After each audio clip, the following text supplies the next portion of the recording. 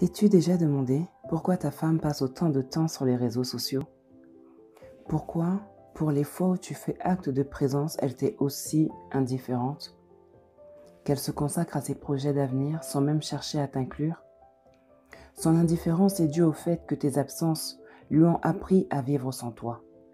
Tes manquements lui ont appris à ne pas compter sur toi. Ton désintérêt lui a appris à s'intéresser à elle. Tu as mis cette distance entre vous parce que tu favorises tes amis. Tu as mis en priorité tes fréquentations, mettant au second plan ta famille. On le sait, les réseaux sociaux, c'est pas la vie, mais ça lui permet de ne plus penser, le temps d'un instant, à toutes les galères que tu lui fais vivre.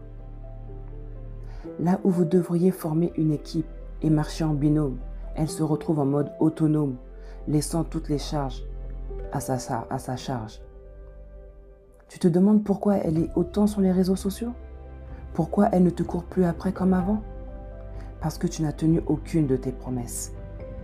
Ton manque de transparence a établi une distance au point où elle ne peut plus te faire pleinement confiance. Quand on se met en couple, il y a des choses que l'on doit abandonner. Il y a des sacs contenant nos anciennes habitudes et notre ancien mode de vie que l'on ne peut plus garder. On ne peut pas marcher en célibataire quand on est marié. On ne peut plus utiliser égoïstement ses finances quand on a des enfants à la maison.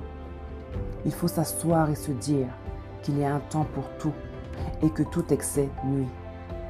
Tes sorties excessives sont le fruit d'un manque de considération pour celles qui partagent ta vie. Tu n'as pas d'équilibre, pas de priorité, pas de valeur. Une personne qui n'a pas de principe n'aura pas une ligne de conduite correcte. Tant que tu n'as pas connaissance ni conscience de la direction dans laquelle doit aller ta vie et où tu emmènes ceux de ta maison, tu iras dans tous les sens. Et c'est là ce que tu fais vivre à ta femme. Une vie désarticulée. Chaque jour qui passe nous rapproche de notre mort et tu joues avec la femme que Dieu a mis à tes côtés. Cette femme que tu négliges crie à Dieu. Il recueille ses larmes, il voit ses peines que tu lui causes. Cette femme qui a Dieu comme appui et comme soutien, les actes que tu poses ont des conséquences. Tu dois y faire attention. À chaque semence, une récolte. Dieu se tient du côté des faibles. Arrête de la faire souffrir.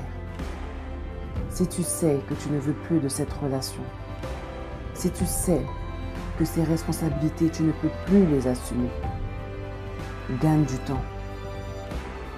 Libère-la et laisse la place à celui qui saura comment prendre soin d'elle. Laisse la place à celui qui saura comment la respecter. Laisse la place à celui qui reconnaîtra sa valeur. On n'est pas né pour souffrir.